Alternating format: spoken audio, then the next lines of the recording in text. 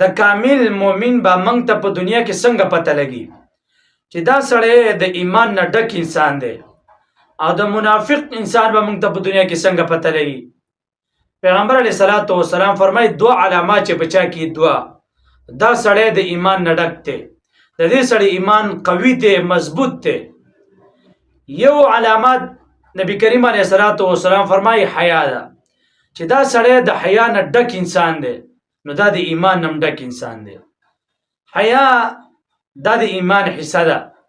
دویم العیو هغه کس چې کم قلت الکلام کمی خبرې کوي، خبرې کمی کوي او د مقصد خبرې کوي.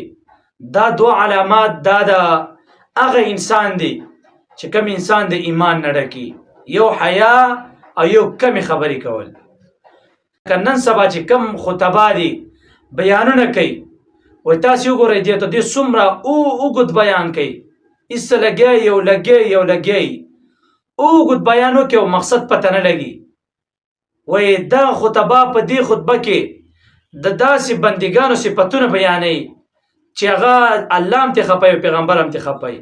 په دې وجه باندې دا کلام د الله دپاره نه دی. نو چې کله د الله دپاره نه شون، دا دوه علامات دا د منافق انسان دی. یو چې فحش الکلام دې کې بې حیایي، او دویم چې کثرت الکلام ډېر زیاتې خبرې به کوي. دویم پیغمبر علیه الصلاۃ والسلام وفرمایل د نفاق او د منافق انسان هم دو علامات دي.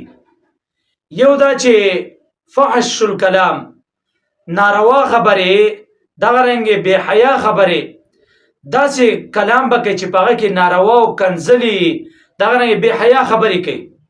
یو علامات دا دی.